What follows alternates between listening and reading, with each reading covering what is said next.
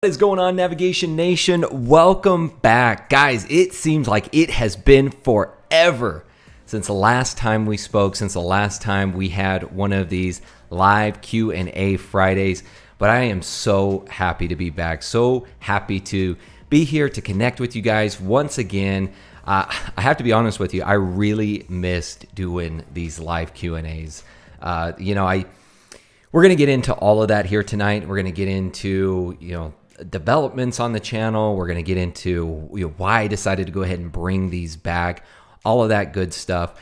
But just so you guys know, I am very happy to be back joining you all here once again. So let's see who we got rolling in here. We got all of the regulars. We got Sharish, Jake from Pallet Town. What is going on, my friend?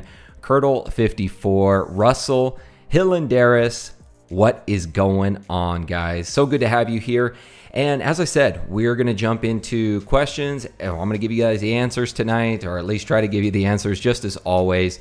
But then I'm also going to give you some updates on the channel. I also want to get your feedback on certain things, just kind of what I've been seeing with the channel. And I always like to correspond with you guys as much as I can, because ultimately you drive the channel. You guys are the vehicle in which this channel is propelling itself. And the only way that I'm able to make good content is if I'm creating content that you enjoy and that you want to see. So definitely going to want to get some feedback here tonight as well. So let's go ahead and start off. I do have a few announcements, first of all, that I'd like to go ahead and get into. The first one, today I had the pleasure of speaking with Shreddy Breck, who is a UK YouTuber. You guys probably know him. He's probably the most swole Pokemon YouTuber out there. I'm trying to get on his level. Probably will never happen. I can actually tell you it'll never happen. But I had the pleasure of being on his collector's chat today, and I believe that episode will go out tomorrow on Saturday. So be sure that you guys go over, check out his channel. And if you haven't subscribed to him already, I would highly recommend it as well. That's Shreddy Breck, SHREDDYBREK. So make sure you check out his channel. A lot of fun content over there, a lot of fun collecting content, and yours truly will be featured on his collector's chat tomorrow. So that should be a lot of fun for you guys. I know it was a lot of fun for me being able to chat with him just around current topics, a lot of things that we see going on, and he really wanted to get my financial perspective on everything. So I think you guys will enjoy that. What else? What else do we have as far as an announcement? Oh, yeah. So if you guys watched my live from last night where I spoke with Rocky from Baxter's Games, you guys will know that he is now my distributor. I am a fully licensed reseller. I used to be a reseller back in 2016, 2017, and then I got more into vintage and kind of did away with reselling of modern products. It wasn't nearly as good back then as it is now. But he is my distributor now of choice. And because of that, and having him so close to me, he's got a great variety of products. So what I would also recommend to you guys, go onto my website, PokéNavNation.com. There are some products on there that I just put up today that I think you're really, really going to enjoy. They're relatively limited. Actually, they're very limited. I want to kind of test the waters and see how you guys respond, see what kind of really just kind of see what kind of response I get, and how many sales this actually transpires into.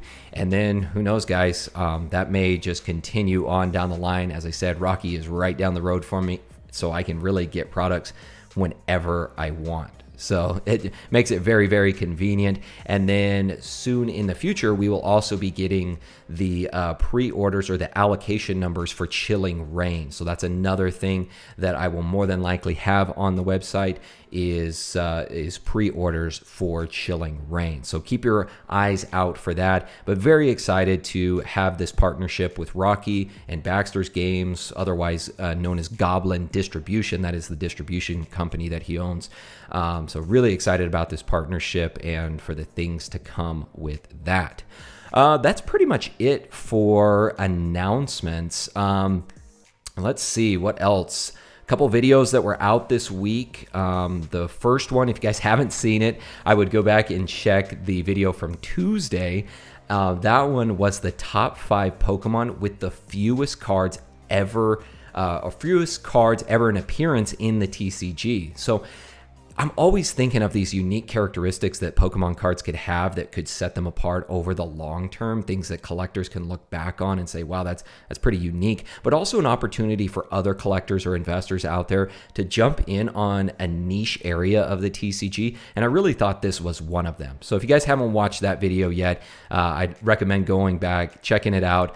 You can see the 5 Pokemon that have the least amount of cards in the TCG. Some of them only 1 card in the English TCG. So I won't give you any, guys, if you haven't watched it yet, I won't give you a spoiler alert, but I would recommend going back and checking that out. Other than that, I think that should wrap it up for announcements, guys. We'll go ahead and start jumping into some of the questions that are rolling in on the live chat. And then about halfway through, we'll go ahead and just kind of go over some different things. Again, I want to get you guys feedback on certain areas of the channel, just kind of the way that things are heading, and yeah, and then we'll go from there. We'll probably cap it at about an hour tonight, as we usually do, and I plan on continuing these as long as I'm available on Friday evenings. I plan on doing these live Q&As because, as I said, I find them a lot of fun, and I look forward to continuing them. All right, let's see what we've got here in this live chat. Who else do we got rolling in here? Daniel Lombardo. Hey, man, I really appreciate that. Yeah, the chat with King Pokemon was awesome. That was a huge experience for me, having followed King Pokemon for so many years now, and then to be able to sit down. And he's, guys, I'll tell you right now, he is the most genuine guy that you will ever meet. The way that you see him in videos, the way that, you know, he presents himself, I mean, the most genuine person and generous person that you'll probably ever meet. And it was such a pleasure to be able to sit down with him. Pokey Smitty, General Determination, Tom Bystander, what is going on? Metalhead Dead, Kyle Roberts, Stock Jockey, Carlo, who else we got in here? Jordan, KK, and Garbo Dad. What is going on? All right, let's jump into these questions here. Let's see who's got our first question of the evening.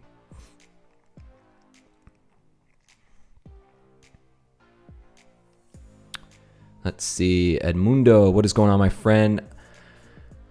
Here we go from Shirish. My first question, what's the long-term viability of the FireRed LeafGreen cards sealed products? So I think FireRed and LeafGreen, the long-term viability I think is great on those products. They're commemorative products to celebrate the release of the remakes of the original red, blue, and green, or just red and green. And we're seeing something similar now with the remakes of Diamond and Pearl. And I can never remember the words that precede them. Brilliant Diamond and I don't know, Luxurious Pearl. I don't know. But anyways, we're seeing something similar right now with those. And if history is any precedence, I think we'll also be in store.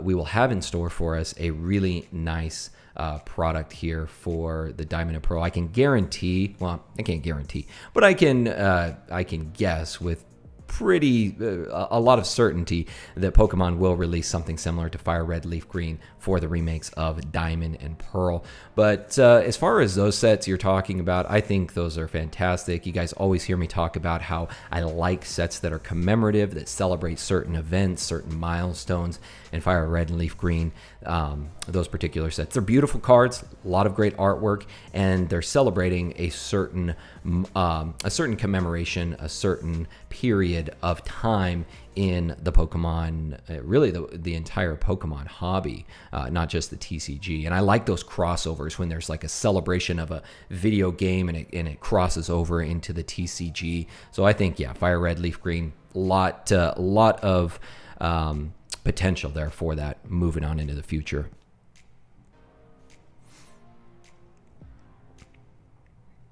General of Determination, great quote there. Sky is not the limit. It's just our starting point. Well said, my friend. Favorite non-holo Umbreon artwork. Wow, that's that is tough to say. And because I really am not familiar with that many Umbreons right off the top of my head. I'm trying to think back. I'm pretty sure, I'm almost positive there was one in Neo, and I don't remember the exact set, and I'm usually partial to the Generation 2 sets, the Neo sets, but I would say probably that one, just off the top of my head, just one, because I'm not that familiar with Umbreons, to be honest with you. Jake from Palatown, what do you think about the TopSun set as something to hold on to? I just picked up a Horsey Seadra, Seal Dugong, as well as a Dratini and Poliwrath. Poliwrath is LP. I'm in love with the old art. Yeah, I love, in fact, when I was in Baxter's the other day, I came across some of the old TopSun cards. I didn't pick any of them up. The wear on them was a little too much for my liking. But as far as a collector's piece, they're fantastic. Those old TopSun cards are great. And you know, that whether that's TopSun, whether that's Tops, whether the Cardus, the Bandai, all of those are so unique, and you're starting to see a trend of more people who are gravitating towards those. I can remember when we were kids, if your parents brought you home Topps cards, you would cry because they weren't the actual TCG cards. But now many people are understanding just how, well, one, scarce these really are, and two, how great the artwork really is. Especially you look at like the Topps, I believe it's the Series 3 or Series 4, which is also known as the anime series, where they have clips from the anime, and that's really what the whole card is centered around, is that particular scene or take from the anime. So a lot more people are moving towards those, and I think really the sky's the limit on a lot of those older non-TCG cards. All right, let's see here. Metal Head Dead. Is it worth buying Shining Fates at double the MSRP? So here's the thing that you have to consider, and we talked about this last night in my interview with Rocky, is that MSRP doesn't always mean what you're actually or what we're used to seeing. So MSRP, manufacturer suggested retail price, that is actually, like for instance, a booster box. Booster box is actually $149.99 at MSRP. The reason that you are seeing these, in the past at $100, $120 is because there wasn't nearly the demand for these products, and the allocations were much less to card shops, third-party dealers. So card shops and all of these other dealers, they were buying massive quantities of this, and then the margins on that were so low that they were able to push out more products. So they were able to capitalize on the quantity versus the actual value that we're seeing now, whereas many card shops or even a third-party dealer like myself, you might get 10% of the allocation that you're actually wanting. And so, like for instance, I have like Shining Fates ETBs up on the website now, and I believe I listed those for $109.99. And the reason being is that because the allocations are so limited, Pokemon, or at least from the distribution level, well, it really starts at the top with Pokemon, and when it trickles down, the prices are higher because the allocations are much lower. So the supply is lower, so they have actually raised the prices on those. So therefore, people like Rocky, people like myself, and as I said, it trickles down. So Rocky gets charged more as a distributor, which then trickles down to people like myself. So as the supply increases, you'll start to see those prices come down, because the resellers will then be able to lower their prices as they're able to push out more supply of that product. So something to keep in mind there. And we don't know, guys. I mean, we really have no idea if Shining Fates is going to get any kind of reprint, or if it does, how much it'll actually be. So who knows? This very well could be, this could be it in all actuality.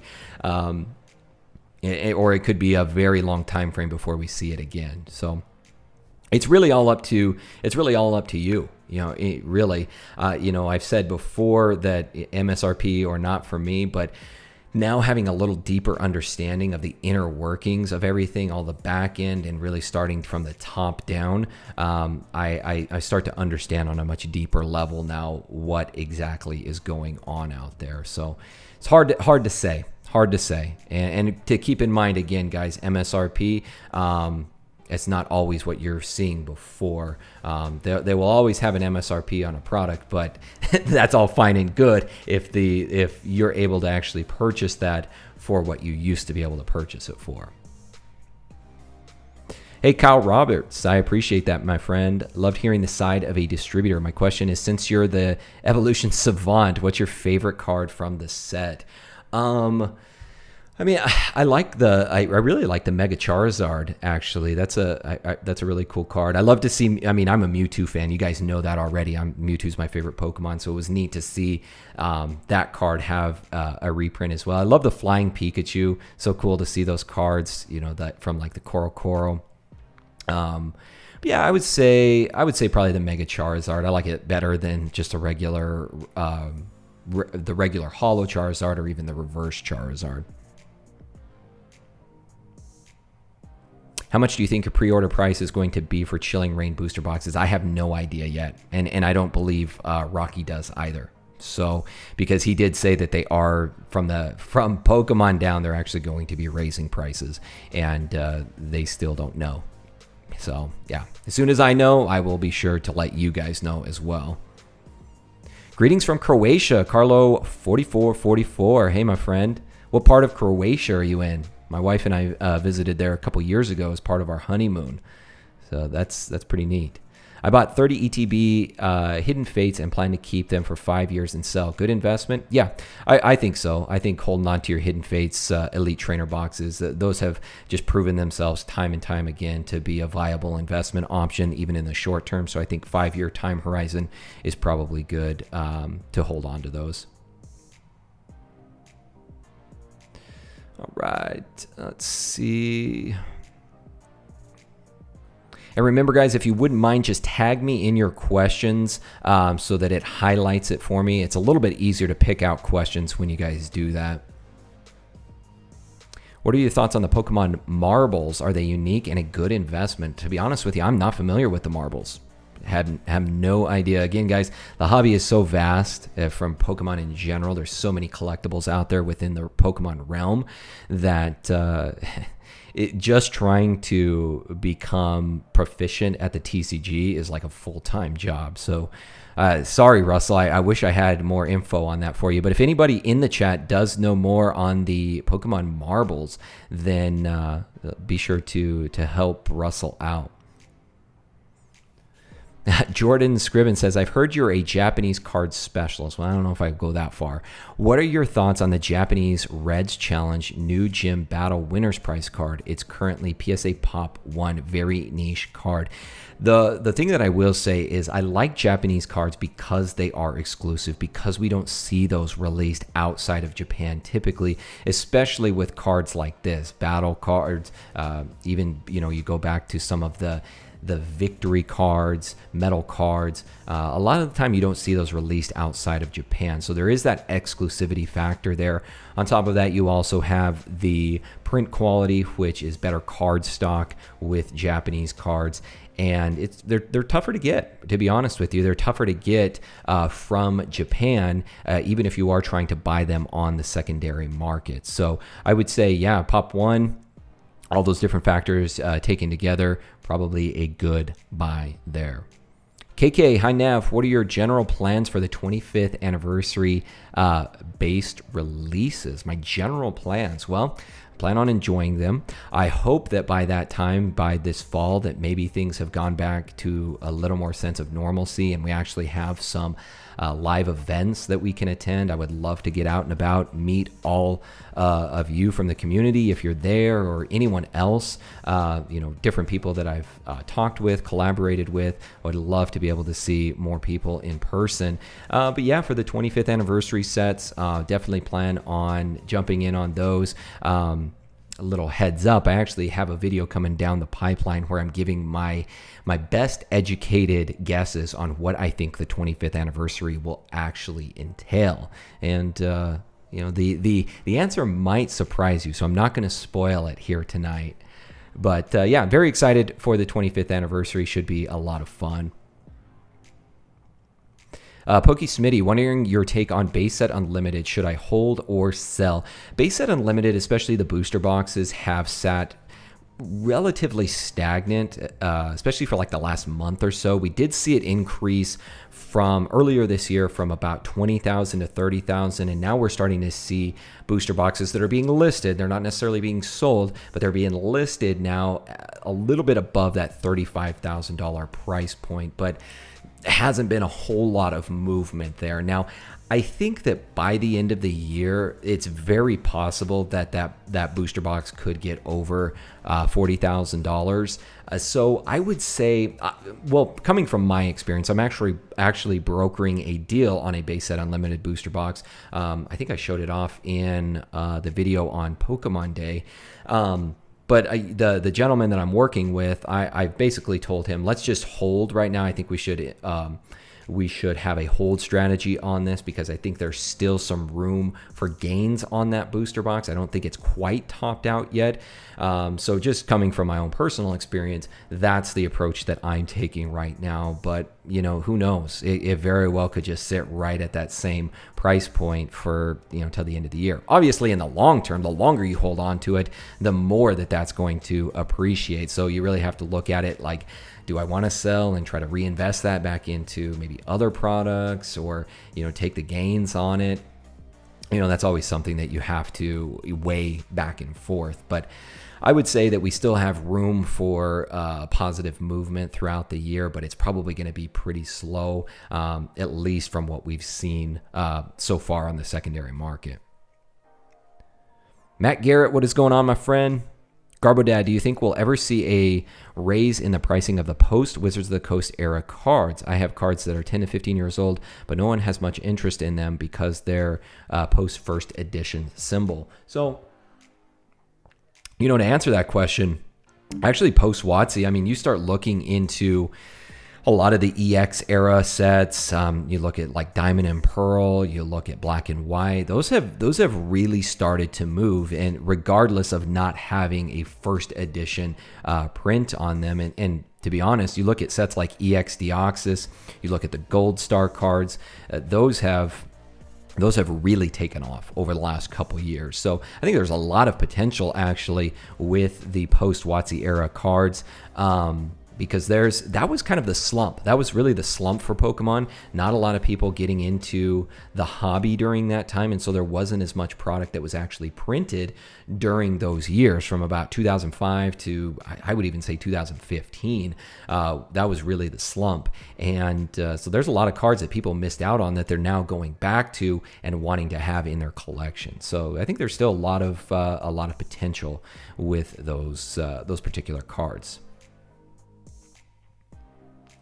Smitty, like the Tropical Islands products, nice to see vintage. Yeah, those are so much fun. I'm actually wanting to get, once I get my cards back, because I got a full set that's sent off to PSA, which who knows when I'll get that back. But I plan on getting all of those framed, all of those cards. Once I get the full set back, getting all of those framed and having them in the studio, because I love that set. The whole, whether it's the Japanese Southern Islands or the English Southern Islands collection, beautiful cards in there. It's very nostalgic. Reminds me of the anime Ash cruising around through the Orange Islands on Lapras's back, and so yeah, that's kind of my plan with those. Matt Garrett, great episode with the card shop. Still trying to watch the whole thing. Yeah, that's my content is quite long, especially for some people's taste. But I like to give you guys what I think is thought-provoking information rather than just a quick video, clickbait video that you're not really going to garner a whole lot from. So that is the tendency of the channels, to have a little bit more long form type of conversations, long form dialogue and videos. Joey Schmidt, thoughts on investing in the Topps Pokemon card series 1, 2, 3 from the late 90s, early 2000s. In particular, Pikachu and Charizard, cheap prices on both to pick up and grade. Yeah, we were just talking about this earlier. The Topps cards, I think it's Series 3 that is the anime series. I recently talked about that, I think, last month in my Undervalued series. Great products. They're really starting to climb in price, though, especially if you're looking at sealed products, sealed Topps booster boxes. Those are really expensive. So they're getting out of the price range of a lot of people, but there's still opportunities. I mean, a lot of those, I think it's Topps Series 3 or 4.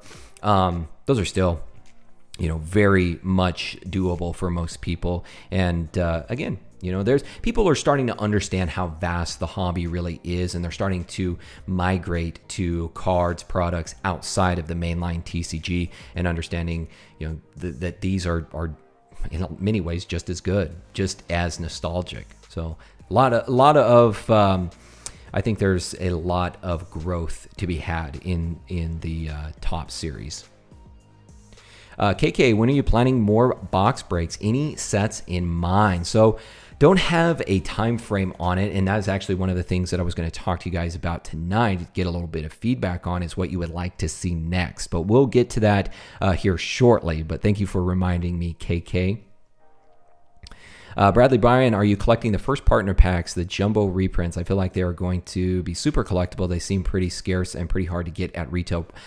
Personally, I'm not collecting them. I don't have a whole lot of interest in them, to be honest with you. But I do think that from a collector's standpoint, maybe perhaps even from an investment standpoint, especially if there's a company out there that will grade those jumbo cards, CGC I think might be a good candidate for that, considering that they have a history of grading comic books, and the dimensions on that probably relatively similar. So I think CGC would probably be a good front runner for that, and perhaps they are. I just may not be aware of it, but yeah, I think that would that'd be a nice collection piece. Again, a nice niche area of the TCG to pursue at a very, very reasonable price. So definitely think that's worth taking a look at.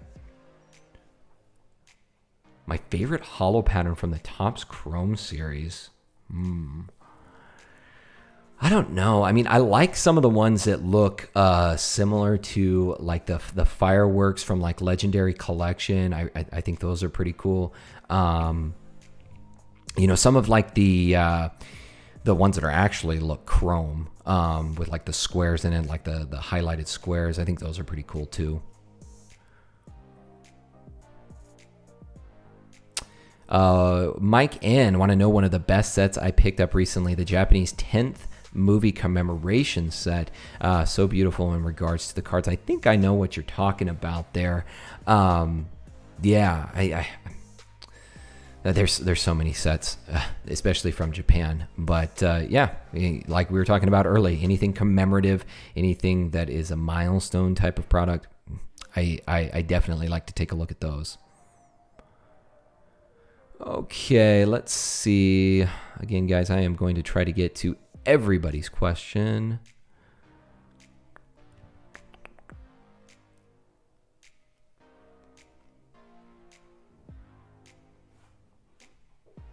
Shira says, question, seems like the cards from the 2004 to 2006 era are undervalued and not really seen as vintage.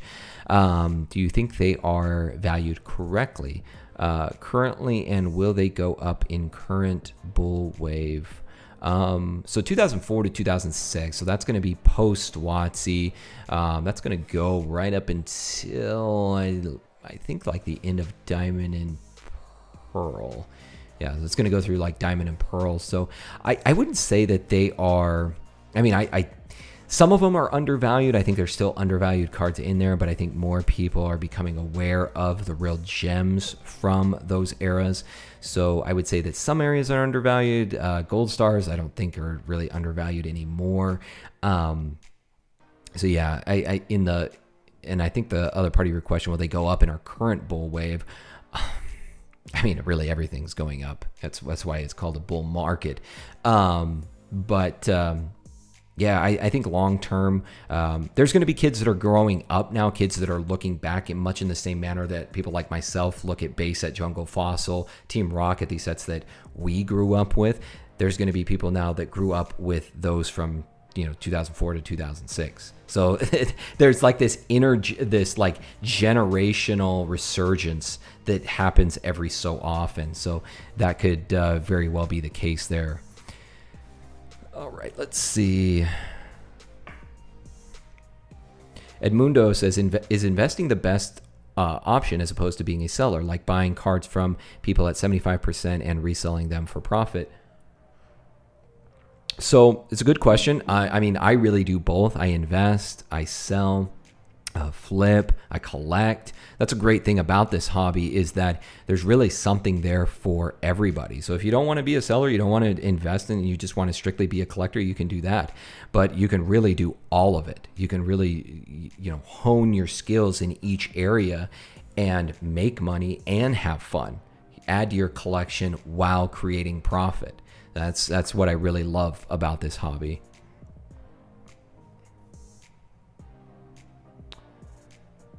Do you have any plans on getting cards graded or buying slabs as investments? It seems like you're almost entirely focused on sealed product, which is not a bad thing. I mean, I really like sealed product. I think, sealed product is always really going to hold its value, in my opinion, because obviously the supply is always going to go down for that. But I've got a large submission. I've got actually 2 large submissions out with PSA right now.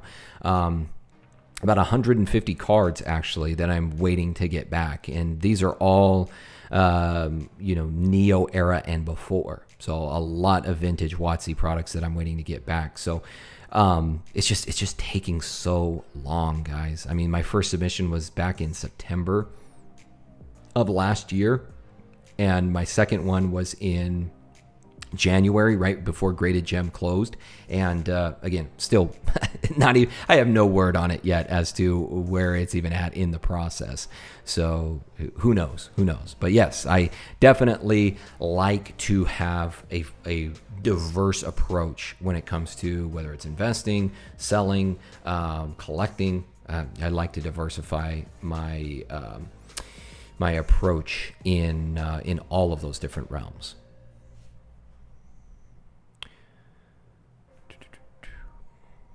Let's see.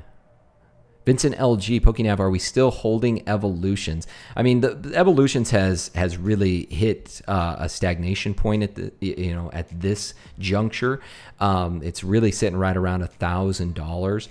I mean, if you wanted to sell now, I mean, like I said, I've got like 2 sealed cases of Evolutions, but I really don't have any incentive to sell at this point. I mean, I could make it, I could, make the profit on it.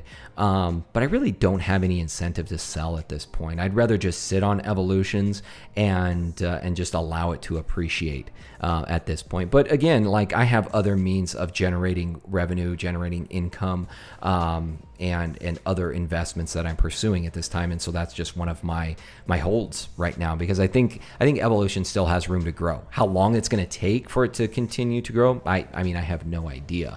I made the guess that I thought Evolutions would hit 2,000 a booster box by the end of the year, which, that's still to be seen. It may very well happen, but at this point, it really has hit kind of that topping out point.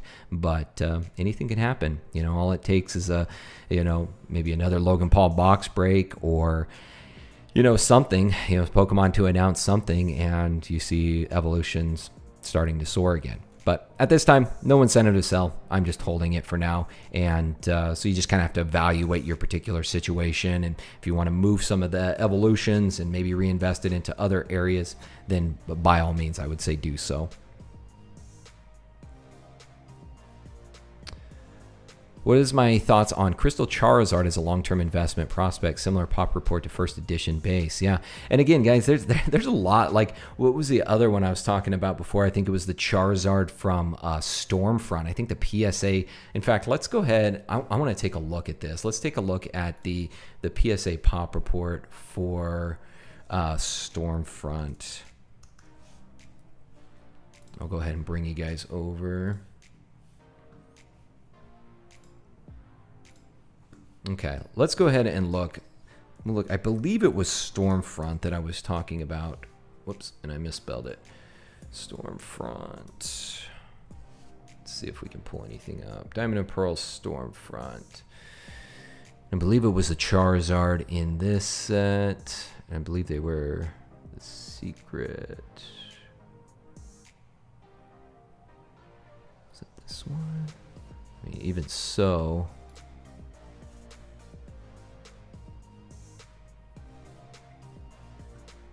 Yeah, I'm pretty sure this was it. In fact, let me look.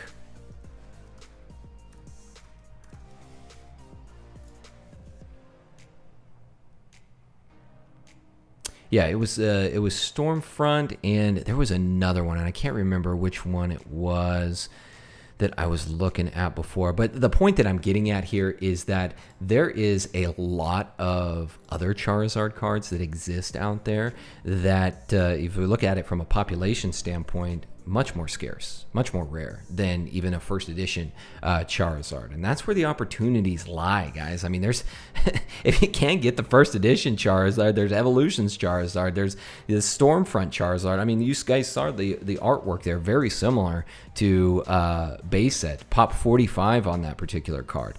So opportunities abound. But to answer your question there, Crystal Charizard, very similar situation. If you guys can get in at a discount and it's something you want to add to your collection or you want to have as a long-term investment and you're essentially getting that at a discount compared to some of the other Charizards out there, then I would say that is certainly an opportunity.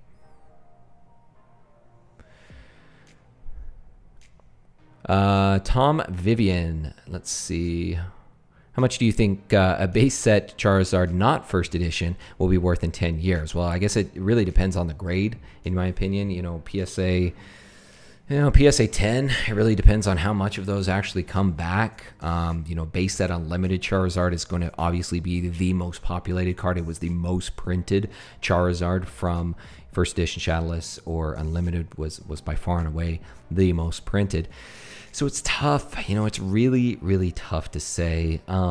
It all depends on the demand as well. Is Pokemon going to be that sustainable? Is it going to be just as popular in 10 years as it is now? I think that Pokemon is sustainable, but I just don't know if it's going to necessarily be as popular. So I think all of those things go into that. But I mean, 10 years from now, then you're looking at a card that's, well, I guess it's not that far, but what would that be? 20. So you're looking at about 30. Yeah, you're looking at about 30 years or so from the release of base set, and at that point, it's an antique. So it's really an antique, especially if you're getting that in a high grade like a PSA 10. So who knows, man? I wish I could give you a hard and fast number, but I have no idea. Okay, guys, let's go ahead. It is 5:38 right now, my time. So what I want to do before we jump into to some more questions, I want to get you guys feedback on a few things. The first one here. So I would say really since the beginning of the year, I have noticed like a very, very steady decline in the amount of views that my videos are getting, and also in the growth of the channel from a subscriber count. Now, for me, I'm always the one to put the onus on myself and say, okay, well, I obviously need to create better content, maybe improve thumbnails, improve titles, things like that. And that's what I really have been trying to put out the best content. I feel like the content is probably as good as it's ever been, probably far and away better. And it's still, subscriber count has just stagnated. Views on videos have gone down. So really what I want to know from you guys is, are you really enjoying the content? Are you enjoying the videos that I'm putting out there and the information that's being provided? Are the videos engaging for you? Are there things that maybe I was doing in the past that you enjoyed more than what you're seeing now and you want some of that to come back? Are there things that I'm not doing now that you'd like to actually see on the channel, or things that you'd like to see more of? Give me your feedback here in the live chat and let me know, because as as I said, guys, you're really the drivers of this channel. Like the content that I create it because I think that you guys will enjoy it and find it stimulating, find it worth your while. So that's really what I want to know is what you guys think. Should I be doing something different? Is the content not like what it used to be and you want it to go back to that? Or are these just things beyond my control where maybe there's just not as many people online anymore? A lot of people going back to work, a lot of people going back to their regular lives, and maybe that's affecting it. But let me know in the live chat. Let me know what is going on, what you guys' feelings are. Garbo Dad says, absolutely, I like that yourself and you aren't putting on a show. Well, I appreciate that, man. I appreciate that. Like I said, you're probably not going to get the fireworks and all of the lights fantastic of other channels, but I try to provide you guys with thing. This is more of a knowledge-based channel, and that's really what I try to do. Above all else, I just want to provide you guys with value for the time that you're watching my videos. William Boyer says he likes them. It's nice to have a more mature Pokemon channel. Your issue with stagnation is that you don't talk or act like a clown. I'm in regardless, KK. Yeah, that's.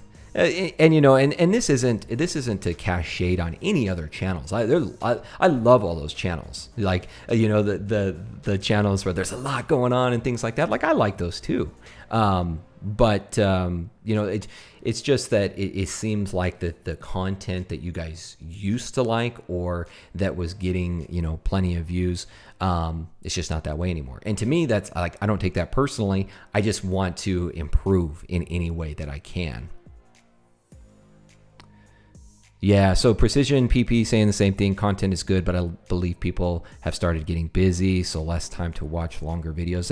That's a possibility. So it might be better to try to condense things down into a little more of a more digestible fashion. I can understand that. Pokey Smitty, I don't think it's you. I think this is happening with everyone in the hobby as people get burnt out. You and Jake with Pokenomics are my fave too. Well, I appreciate that, man. Jake's awesome as well. Love doing the roundtables with him, which for everybody that is watching here tonight, I do have some exciting news for you guys. If you love those roundtables, well, they're just going to get better because not only are we going to have myself, ZNG Emporium, Jake from Pokenomics, but now joining us, our fourth member of the roundtable. Each month we are going to have Pokemon Radar joining us as well. So the four of us will get together as long as we're available, but each month for those roundtables. So I really look forward to having Pokemon Radar join us as well. That's going to be a lot of fun.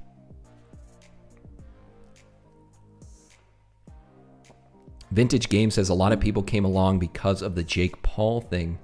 Or maybe Logan Paul. YouTube algorithm recommended more Pokemon type content to everyone. It is natural.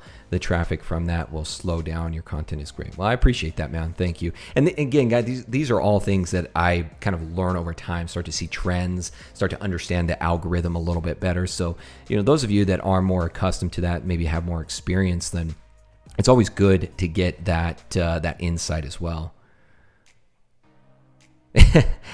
Garbo Dad says, well, you could probably get more views if your thumbnails had a face like that. It's not something you need to do. There's just way more people on YouTube now with the pandemic and way more things to see. That makes sense. Ryo says, I watch all the videos you put out and they're all great to me. Well, I appreciate that, man. I appreciate that. Shorter time content in certain videos, shorts. Yeah, that's a good option as people have started to get busier. That totally makes sense. Let's see. People leaving the hobby due to burnout. I believe a lot of people who joined at the start of the year were in it to make quick money and have since burned out. Now, that makes sense. And guys, it to me presents an opportunity because even though there's a lot of people that may not be online anymore, like now that we're starting to get out of the pandemic, people are going to start getting out more, getting more into social settings. And I think that really presents an opportunity. And I have some really cool plans for when things do go back to normal and we can get out into social gatherings. I mean, talking with Rocky last night, his idea for the castle, I mean, guys, that's what I'm moving towards. Like, all I can say is that if you guys want to have a really cool experience live in person, like that is really what I'm ramping or hoping to ramp things up towards. We'll just say right here, if you guys like box breaks and you like seeing those, maybe being involved in those, but you're maybe tired of seeing those just done online, my plan is to do those in person, where you can be there, you can open up your own pack that you've bought into these box breaks for, and actually have that experience yourself. You can open that pack and you can take it home in the same day. Now, granted, I don't know how feasible that necessarily is for a lot of people with traveling and things like that, but I like to travel myself, and so if I'm in different places, this could be something where it turns into, hey, I'm in Atlanta, Georgia. Hey, I'm in Denver, Colorado. Hey, I'm in San Diego. I've got a box where maybe we're going to do it at this card shop. So these are plans that I have. Obviously, there's a lot of time that goes into that, logistics that go into that. But eventually, I would like to try to move more into that kind of direction. And then obviously, have that broadcast over YouTube or Twitch maybe, or even Facebook, but that's really the direction that I would love to move towards. Let's see. Let me just run through a few more recommendations here, and then I promise we will jump back into the questions. George Brown, your consistent structure makes it easy for subscribed viewers to watch, but I don't know what your new viewer drawing appeal is. Now, that makes sense too. Trying to appeal to a new audience, people who aren't subscribed yet. For our business, My Team Collectibles, that's awesome to hear. You helped us get clarity on creating a strong platform for our business. Well, that means a lot, man. Honestly, that really means a lot. Knowing that I was able to help you do that, so I appreciate you sharing that. Mix up more different content to appeal to more people. Makes sense. People leaving the hobby. Oh, I already read that one. Leo B, I like the Q&A and card shoutouts most, but the most valuable things to me you've offered are the consultations and the efforts to get to know your fans more directly. Love the personal touch. And I will get to the consultations as well, Leo, because I do want to address that. I'll get to that here shortly. Be patient and it will all work out for you. The corona is over. People are heading outside and back to work, but your information is advanced. So I appreciate that, man. It's the Rona effect. Drawing new eyes. It seems like clickbait of some form may be needed. Unfortunately, I wish it wasn't that case. No open mouth thumbnails, no clicks. So funny. Adelina's Adventures, what is going on? I enjoy the content. You're almost at 10K. Keep on doing what you're doing, and you'll be at 20K by the end of the year. I appreciate that, my friend. I think you're experimenting and breaking it down and come out with something every day. People like routines and might like seeing a little every day. And that's the problem, is just, I get so busy with, I got a lot going on, guys. beyond just doing this. It's, if you guys saw my actual schedule, it's crazy. You would wonder how I'm even able to do this. So, content every day would be really, really tough, unless maybe, something like the shorts or, that's certainly an option. Let's see. Thuan says, for me personally, I found your videos of investing, buy low and sell high, and finding undiscovered gems to be attractive vids. I like the showcasing of pricing and potential sale targets. Yeah, everybody usually likes that Undervalued series. I'll have another one of those episodes coming out this month. Probably not next week, but the week after. Got some cool products on there that I think you guys will like. So that's awesome to hear. Dimma, yeah, the roundtables are a great idea. Those are fun to watch. Good to know. Bradley Bryan, your channel is one of the best in my opinion. Just keep it real. That's number one. Well, I appreciate that, my friend. Seriously.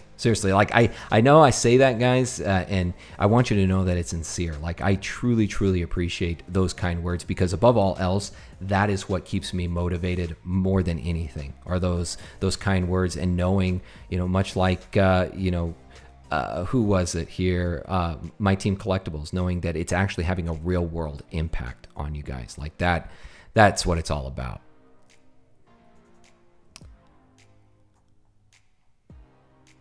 Okay, let's see. All right, so Gary versus what does that say? Slide decks are a good way to gain followers. Okay, interesting. Poll your viewers more, possibly about other Pokemon collecting other than TCG. Yeah, like what about the video games? That's also something I've considered getting into. That would I think that would be cool. So okay, guys. Well, it sounds like you guys have given me a lot of good. You guys have given me a lot of good feedback here, a lot of things to take into consideration. Sounds like overall you're still enjoying the content, but there's definitely room to improve. And obviously that's what I always want to do. Whether it's this or anything in life, that's what I'm always looking to do, is always improve. So thank you guys for doing that, for providing that feedback. I truly appreciate it. Before we jump back into the question, one last thing here.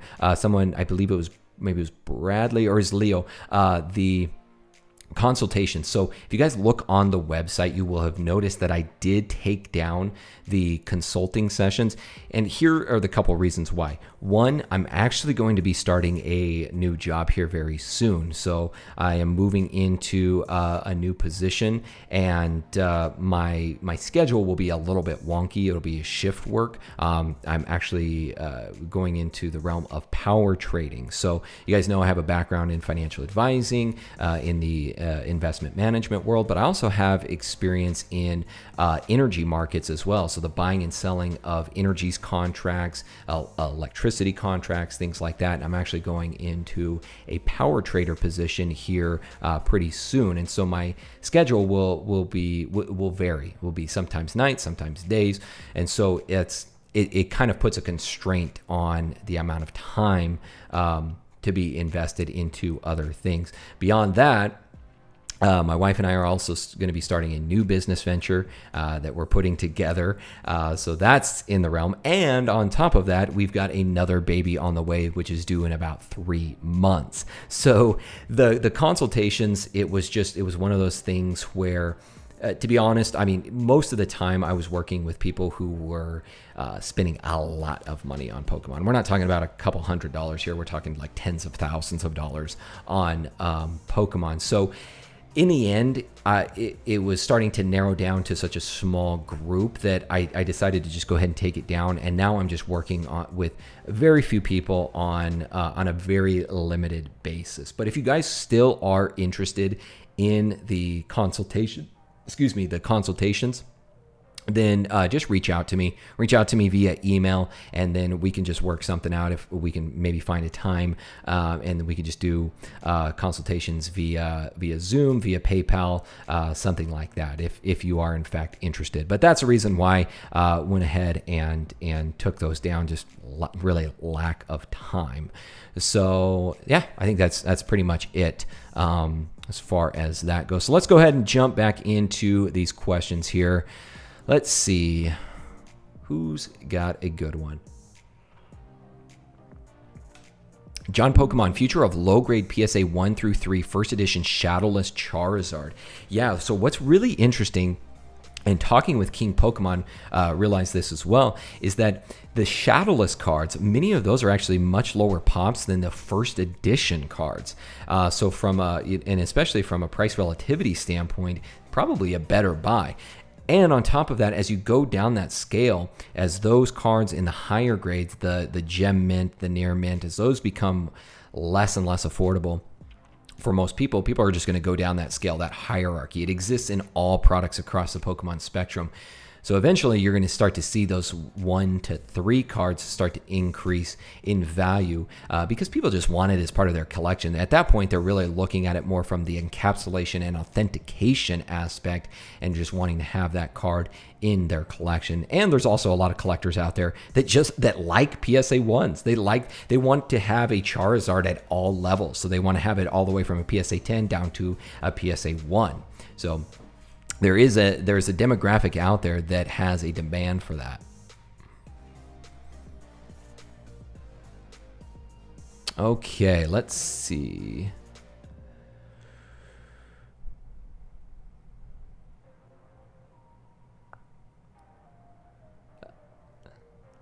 PokéNav Summer Camp Seminar. That's funny. Thoughts on Pokemon Center phone cards? I have no idea about that, to be honest with you. Let me take a look here. Pokemon Center phone cards. I have phone cards.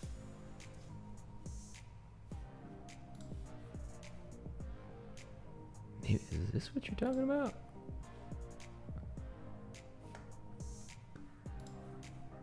Huh. I'm trying to figure out exactly what it is that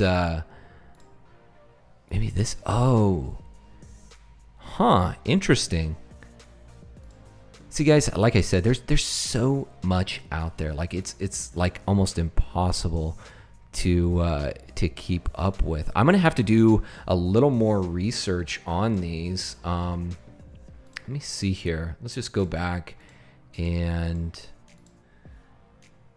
3rd anniversary phone card set. Interesting.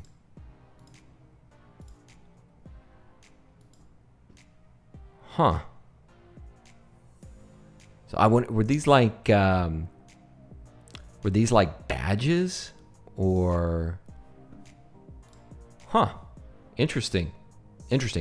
I don't know, man. I'm gonna have to do some more research on that to give you more of an educated answer, because I'm not familiar with those. Really interesting though. Thanks for making me privy of that. Okay, let's see.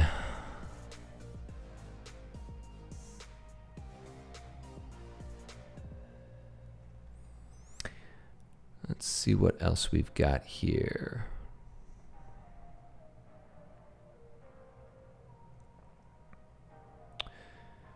Don't Touch Me says, should I send my cards to CGC? Well, if you want to get them back in a relatively short period of time, then CGC is going to be your best option at this point, with PSA and Beckett being backlogged. And also, guys, CGC cards are really good prices right now. I mean, honestly, and they are much more strict, in my opinion, on their grading criteria at CGC. So you're probably, this is just my opinion, but you're probably buying into a little bit higher quality product with CGC. Like if you were looking at it across the board, if you looked at like a CGC 8 versus a PSA 8, I think CGC 8 is going to have much stricter grading criteria, and overall you're probably getting a better quality card. Even though the price doesn't necessarily reflect that right now, in the future it very well might. So I think CGC has a lot of potential, in my opinion. I've talked with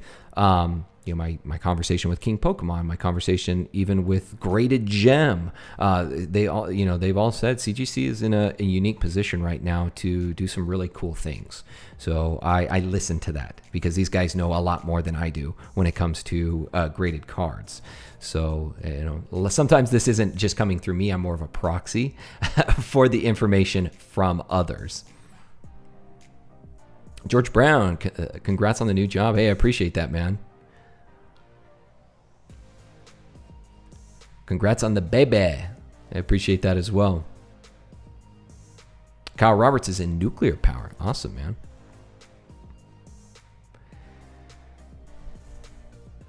What are your thoughts on the investability of banned Japanese cards? I mean, I think, yeah. I did a whole video on banned cards. You guys can go back and check it out if you just search like PokéNav banned cards. I think much in the same manner, again, guys, we're looking at like certain niches that exist within the TCG. Like band cards is one of them. There's a certain connotation surrounded around those cards that make them highly desirable by collectors and even investors for that matter, because they're unique. They're different than just the run-of-the-mill cards. They're unique beyond just the sense of rarity, scarcity, populations, all those quantitative measures. There's also like a connotative aspect to this hobby, and I think band cards fall into that. So long-term investability, I think band cards are great. I think they're great, especially the big ones: Misty's Tears, Sabrina's Gaze, Koga's Trap, I believe is it Koga's Trap or Koga's Trick? That's another big one. Moo Moo Milk from the Neo era. Those are all like some of the big band cards that I would recommend taking a look at. Okay. Pokey says, have you ever done radio or podcasting? You have a good radio voice. I have a face for radio. Is that what you're saying, Pokey Smitty? I have a face for radio or a voice. I probably would agree with you on both of those.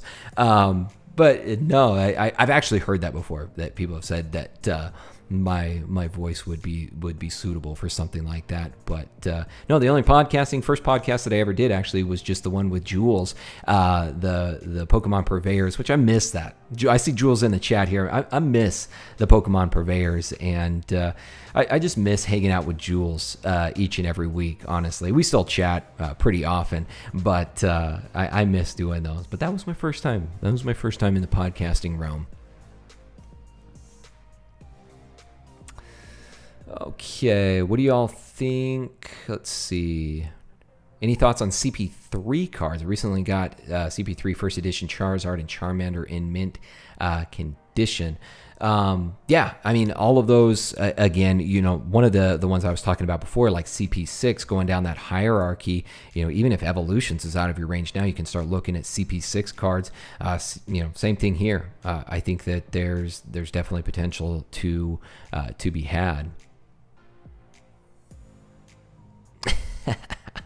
George makes a good point here. Need a soundboard for the innuendos from the Roundtable. Dude, that was so funny. I was waiting for somebody to put together a montage of that, because there were definitely a lot of innuendos in there that somebody could have fun with, for sure. And hey guys, if you wouldn't mind, do me a favor here really quick. If you guys are enjoying this live Q&A, being back together again on these live Q&A Fridays, make sure you hit that like button for me. Please, please, please. We've got about 80 people in this live chat right now. We only got 46 likes. Let's get those likes up to 80 at least, guys, by the time we end here tonight. And I certainly appreciate it. It helps the video. Again, helps all of those different factors. Helps the good old YouTube algorithm, the ether of the YouTube algorithm, helps all of that stuff. So I appreciate it. Thank you. Okay, let's see. Jody, I was thinking of dropping 680 on hundreds of raw near mint to mint Pokemon Tops cards, the chromes, clears, etc., as well as it comes with tons of Pokemon TCG cards, old Tops, tins. Good idea or not? I mean, I think that it's a good idea in the sense that you're really adding these cards that are outside the realm of the TCG, and those are all good ones to look at. The chromes, the clears. I would look at take a look at the Bandai cards, take a look at the Cardass series, the Vending series. Start taking a look at some of those, Korokoro, some of those type of cards, and those can be a real nice mix to your overall investment portfolio of Pokemon cards. 680, again, I don't know your financial situation. I don't know anybody's financial situation out there, but 680 isn't necessarily breaking the bank. And if you're able to get a lot of those at that particular price, especially raw cards, you could spend it on that, or you could go out and you can spend like $1,000 on, the base set PSA 9 Charizard. So I think you're really taking advantage of more diversification when you're going down that particular route. So all in all, I think it's probably a good idea. Dima asked if I'm investing in crypto and is it better investment than Pokemon cards. No, I am not investing in crypto. I've been considering it, and I've been I've been getting more and more convinced as of lately. I'm never an early adopter with really anything. And so I haven't made the jump just yet, but I'm thinking of putting a small allocation into maybe Ethereum, Bitcoin, something like that, and just kind of seeing how it goes. Just kind of seeing. It's funny because my dad and my grandma actually took the dive into cryptocurrency before I did, which is, I don't know if that's saying something on either end, but yeah, I'll probably go ahead and put a small allocation towards it and just see where it goes.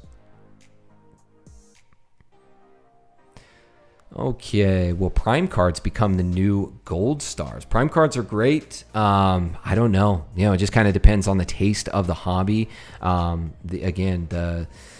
There's a lot of subjective nature to the hobby, and what we even experience that in the financial markets. It's often been said that the stock market is a graph of rich people's feelings. Well, sometimes the Pokemon market is a graph of collectors' feelings. So I don't know. I really can't say if they'll become the new gold star cards. But you never know. You never know, my friend. If I were to make a wager, I would say no, just because I think there's more limited supply of gold stars. I think they're more scarce, but could be wrong. Could be wrong.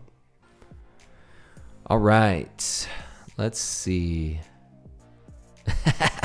Pokey Smitty is talking about the banned cards, the Naughty Grimer. Yeah, I can't forget about the Naughty Grimer. That card's so funny. Let's see. Did you see the guy on the CGC chat boards that has tried to do a buyout on the banned cards? I worry that their true pop hasn't surfaced because low prices so far. Thanks for answering.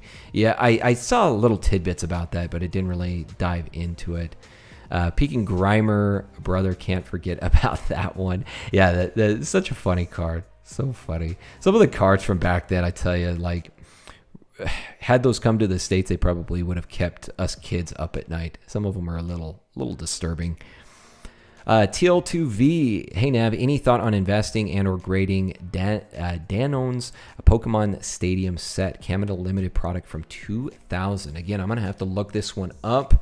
Danone Pokemon Stadium.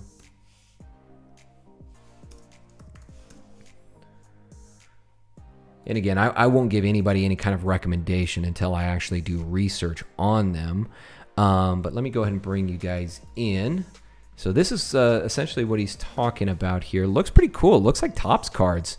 Honestly, I think this is, the cards that you're talking about. Let's see here. Here we got a Paris.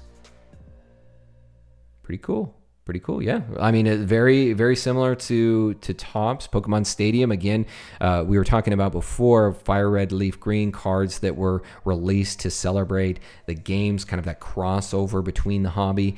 Yeah, I see there's definitely seems to be some potential here. It looks like it was released he said it was released in Canada. I wonder if it was released up in Jules' neck of the woods, because it looks like it's in a different language here. Perhaps it looks like French, if I'm not mistaken. Jules can probably correct me on that one. But yeah, man, definitely seems like something with potential there. But as I said, I don't want to give any kind of recommendation without first doing more thorough research on it. But you guys always tune me into other products out there, a little more obscure areas of the TCG. No matter how long you're in it, guys, you're always going to learn of new things. Always. All right. Let's see.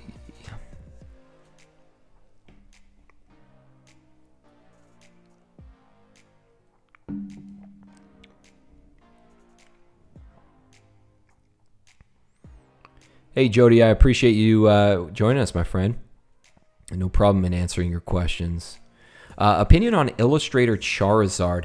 In the beginning, I wasn't too high on the Illustrator Charizard.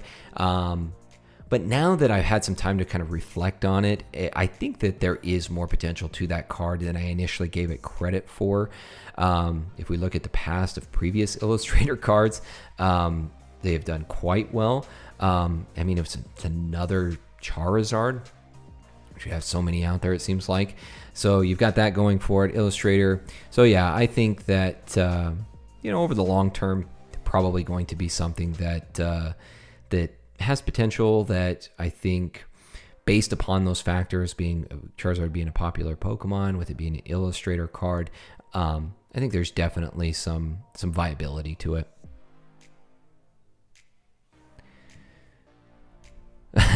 Metalhead Dead says cryptocurrency or MetaZoo. Oh my gosh, yeah, I haven't like this whole MetaZoo thing. We talked about it a little bit last night, myself and Rocky, and I mean they're doing all the right things. They're putting first edition stamps on their boxes. They're taking all of the examples from Pokemon and what made it successful, especially the vintage products. But the other thing that you have to take into consideration, guys, is we're in a boom right now. I mean, there's not a TCG out there that isn't absolutely thriving at this point. Last year around this time, Harry Potter booster boxes were going for like $50, and now those are going for over $1,000. I mean, it's crazy. So I'm not really buying into the whole MetaZoo thing at this point, because it's being released during this bull market. They're doing the things to hype it up by placing first edition stamps on it. But in the end, it certainly wouldn't hurt if you pick up a booster box of the first edition MetaZoo and then just sit on it. Because people were probably saying the same thing about Pokemon, or they were saying the same thing about Pokemon back in 1999. So I could be off my rocker on this one. So it probably wouldn't hurt to just pick one up and just sit on it and see where it goes. Just hold it for the long term and see where it goes.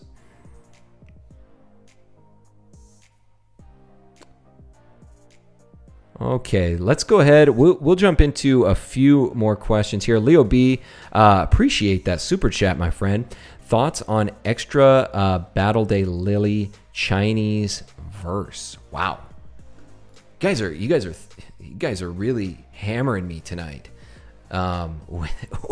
with the various cards. Extra Battle Day Lily. Let's see.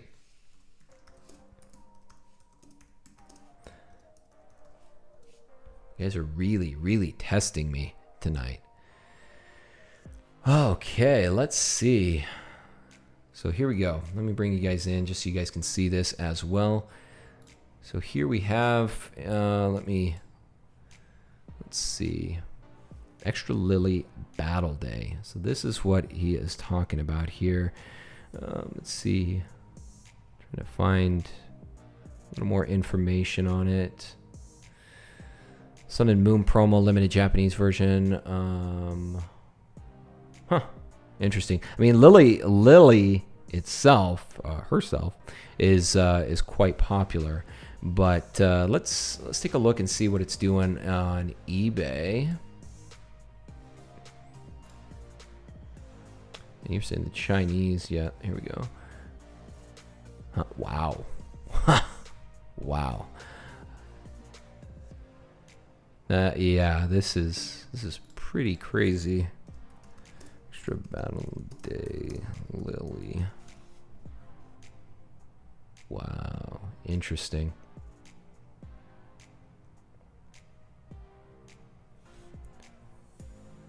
Wow. Yeah, pretty impressive to say the least. Again, not entirely familiar with it, so I can't give my solid opinion on it, but another thing for me to do a little more research on. I mean, this is pretty crazy. Let's see what it's actually been selling for. So a Beckett 9.5. My gosh, PWCC auctions, PSA 10, 7,800. Yeah, I'm gonna do some more research into this one as well, guys. Pretty crazy. Leo B, thanks for the heads up, brother. Oh, let me switch you guys back over. There we go. All right. So a couple more, guys. Let's get to a couple questions here. KK, what's your favorite Mewtwo card? Oh, that is the Shining Mewtwo, my friend. Shining Mewtwo. And I'd say behind that, I honestly, beyond that, I really love the Black Star promo Mewtwo, especially like the Pokemon the First movie promo. that they're very nostalgic for me. I can remember that card very vividly from my childhood. So I'd say those two, top of the list, Shiny Mewtwo and then the Black Star Promo Mewtwo, probably my favorites.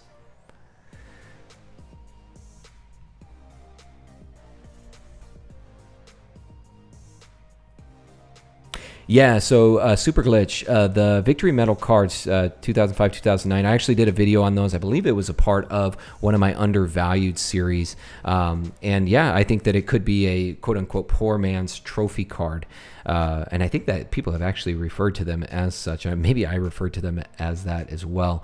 But I think that, again, it's that spectrum. You know, if you can't get the trophy cards, you go down that spectrum, you start getting into the victory medal cards, which could be a more viable option, a more conservative option, financially speaking, for many investors. Smitty, why are there so many Jynx banned cards? Is because she is dark? Yeah, so there was a lot of like... I don't really want to get into it too much, but yeah, like there was a whole kind of racial connotation behind that card. They actually ended up changing the color on Jynx more from the color black to the color purple. Beyond that, and there was just, people were claiming a lot of connotations to you know, figures that we saw in history, you know, racist figures from history. So that's why you see a lot of Jynx cards banned. And you don't see a whole lot of Jynx altogether anymore, to be honest with you. You know, talking about cards that are limited, I would actually be interested to see. In fact, let's see. You know, talking about my recent video with cards or Pokemon with the fewest cards, let's go to our trusty site Bulbapedia, and let's see how many Jynx cards are actually out there. Oh, there's quite a bit, honestly. A couple base set 2 legendary collection. Then it jumped all the way to Neo Revelation, Expedition Aquapolis. So quite a bit, actually. More than I actually thought. Looks like the last one was Unified Minds. It was the last set to feature Jynx. So it's been a little while since the last time Jynx was in a set, but all in all, not that many cards. You know, considering it is a Gen 1 Pokemon, been around for a long time, not that many cards to speak of. All right, guys, one last push here. I'm going to try to hammer through a few more questions. Come on, guys, let's get that. Let's get those likes to at least above 70. Come on. If you guys are enjoying this, live Q&A, let's get it above 70 likes. All right, a couple more questions here.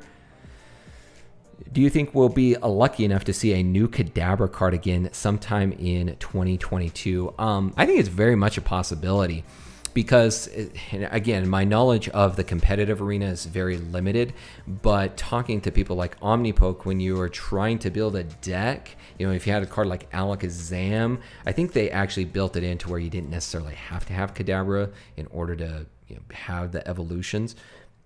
But I think now that this whole lawsuit or whatever with Uri Geller has basically gone by the wayside, I think it's very possible that we could see more Kadabra cards being released, which I would like that. I love that whole line. I know my boy Jules, you know, he loves that whole line, especially Alakazam.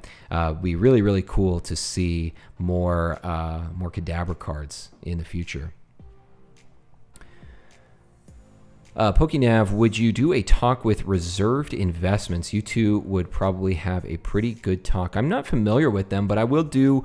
I will check them out. I assume they have a YouTube channel, so I'll definitely check them out. And I'm always open to anybody that I think is providing valuable content, especially bringing them on the master class.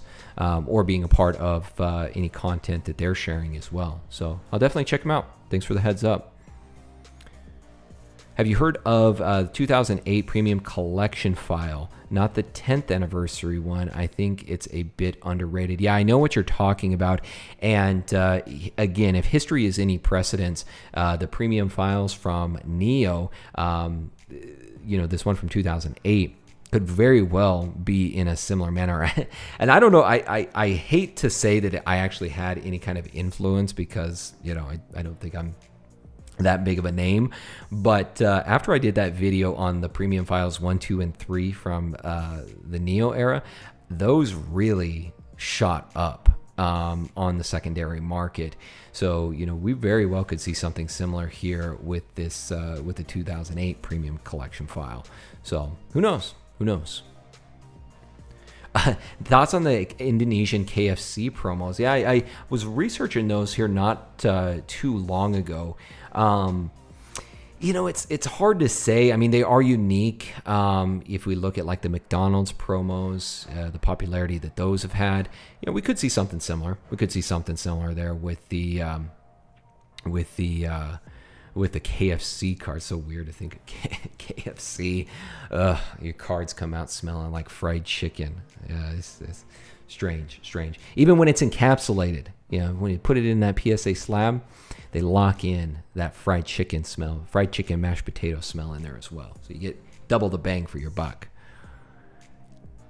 Okay, one last question here, guys. Let's see.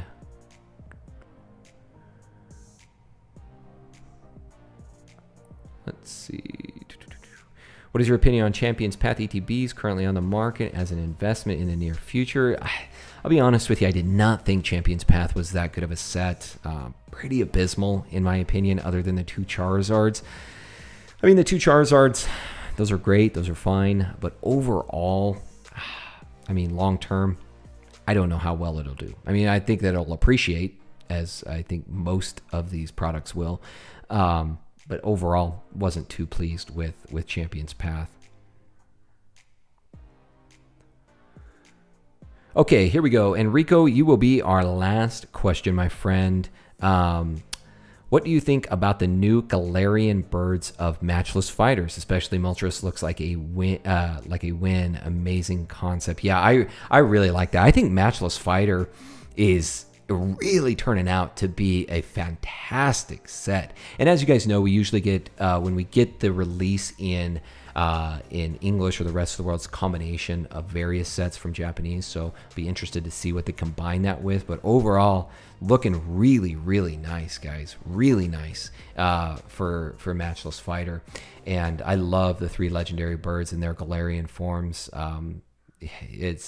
It's cool. It's cool to see those Gen 1 Pokemon getting a makeover, so to speak, beyond just the shinies, you know, because shinies sometimes they can be a little, I don't know, not so exciting. So it's really cool to see these Galarian forms of the legendary birds, which is, you know, always ingrained in the social consciousness of the hobby, those legendary birds. So very cool to see that.